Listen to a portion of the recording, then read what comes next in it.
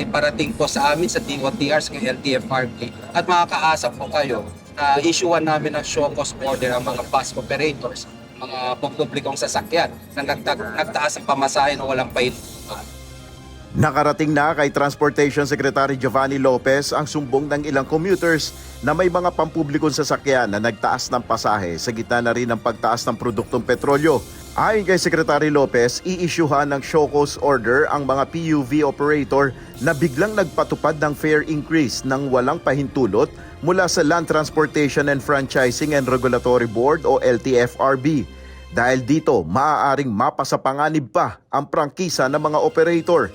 Makikiusap na rin po kami sa ating mga bus operators, mga transport public utility vehicles operators natin na huwag na sila magtaas ng pasahe natin. Sapagkat nga po, kayo po ay regulated. Ang mga pagtaas na wala pong approval ng ating LTFRB is a ground for revocation or suspension of your franchises. Ayon sa DOTR Chief, nag-deploy na sila ng LTFRB personnel para tignan ang mga naiuulat na pagtaas ng pasahe ng ilang PUV. Bilang paghahanda naman sa dagsa ng bibiyahe ngayong long holiday, inatasan na ng DOTR ang Philippine Coast Guard o PCG na bantayang mabuti at suportahan ng mga pantalan na maraming mga stranded na pasahero. Inaasahan ni Secretary Lopez na mas kakaunti ngayon ang mga bibiyaheng mga barko. Nung wala pa tayong problema sa langis, kulang na po ang ating mga barko. Ngayon po, inaasahan namin mas kukulang pa. Kaya po kausap na natin ang mga Coast Guard natin kahapon.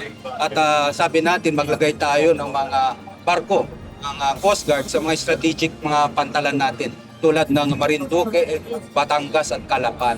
Pang sa ganun, kapag may mga stranded na commuters tayo, nakahanda parati ang ating gobyerno. Naglunsad na anya ang Philippine Ports Authority o PPA ng pilot testing para sa online reservation online system upang makita ng mga pasahero kung may masasakyang barko pauwi sa kanilang probinsya. Inatasan na rin ang PPA na maghanda ngayong holiday exodus. Nagutos tayo sa ating sa PPA na maghanda na rin ang maraming upuan. Pagandahin na rin ang ating mga facilities. Kasi alam naman natin ang ating mga kababayan, pagdating sa mga ganitong panahon, parati pong dumadagsa sa ating mga pantalan. Samantala, makikipagtulungan naman ang Department of Public Works and Highways o DPWH sa ilang ahensya at sa local government units para alisin ang mga nakahambalang sa MacArthur Highway at sa Maharlika Highway.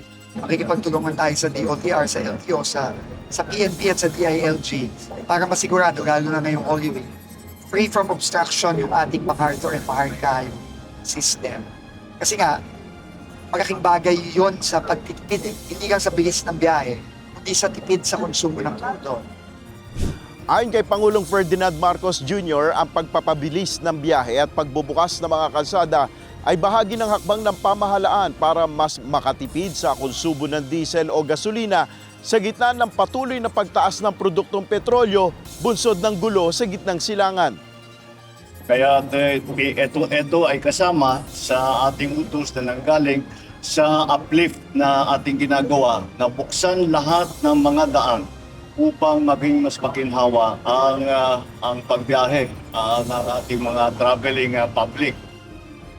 Nel Maribuhok, UNTV News and Rescue, Diyos ang aming sandigan, serbisyo publiko ang aming pinahalagahan.